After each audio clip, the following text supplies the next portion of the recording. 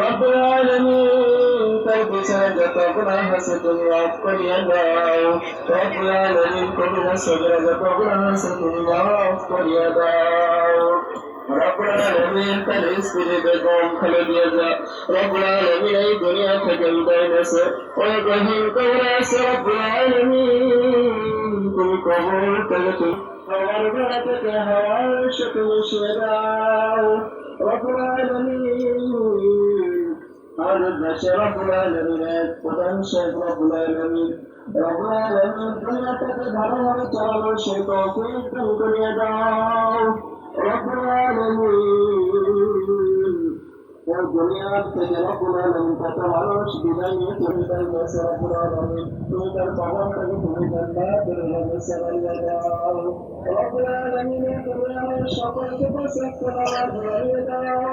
রব্বুল আলামিন এই দুনিয়ার সকল মানুষ সুন্নাত ও তরিকা চলার সেই তৌফিক দান করিয়ে দাও।